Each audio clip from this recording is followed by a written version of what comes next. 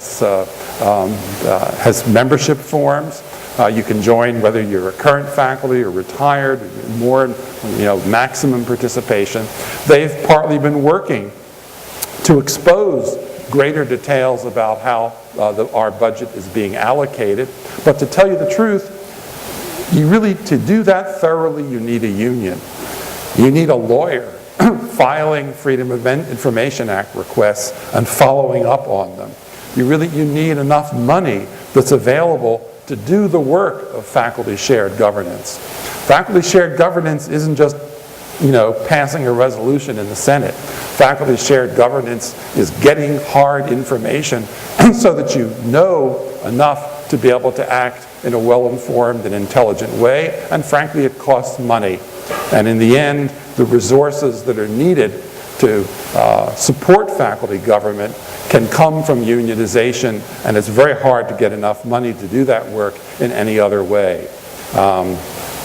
So, with that preface about just some of the reasons why I think collective bargaining is a partial solution to the problems that we face on this campus, I want to talk bluntly about the state of public higher education in the United States and its future.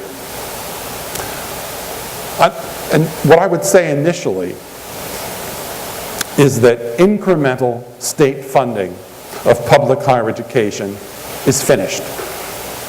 It's over with.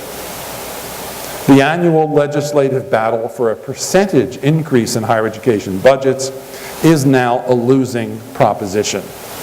If that isn't clear to you folks, I don't know where you've been.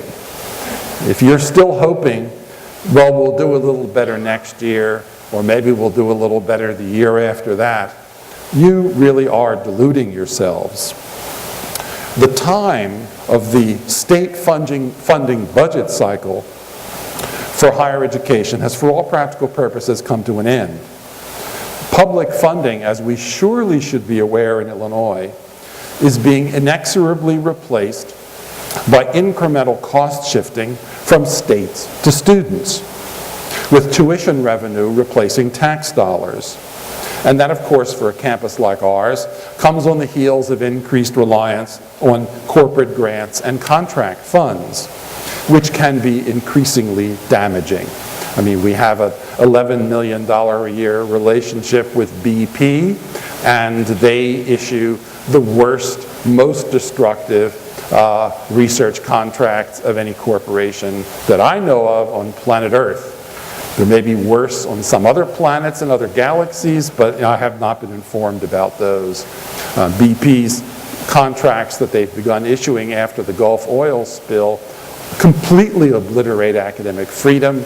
They limit the sharing of research results. They prohibit it for up to 3 years, and you have to get approval to share your research from BP's lawyers, not from other academics. I mean, and that's an example of the kind of alliance that we've made at Illinois. I simply don't believe we will ever recover the public funding we might have gained over the last 3 years if it had been in a healthy economy.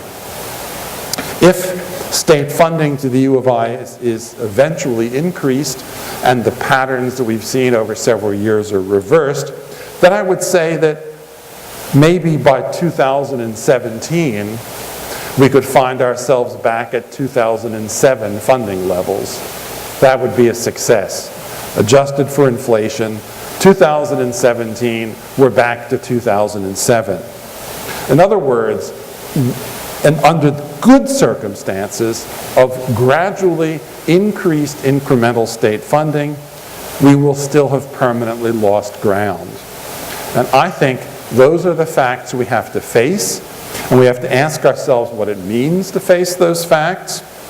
And what I think it means is that only a complete restructuring of the financial model and social purpose of public higher education will suffice. Higher education needs to be reconceived as a public good and as a human right. It must be altogether publicly funded.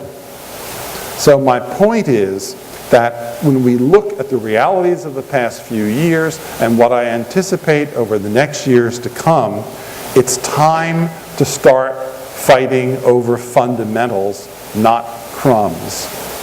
The battle for crumbs is pointless. Now, when I talk before people at private institutions, they sometimes think it doesn't matter, but I ask them, if you take citizenship seriously, then the funding of public higher education in the United States should matter to all Americans, certainly everyone in the higher education community. In the last year, we've seen tenured faculty furloughed here at the U of I and all across the country. We've seen faculty serving on contingent appointments fired, sometimes in large numbers. The California State University system of 23 campuses let 2,000 part-time faculty members go. These are real numbers. And they also let additional full-time faculty members off the tenure track go.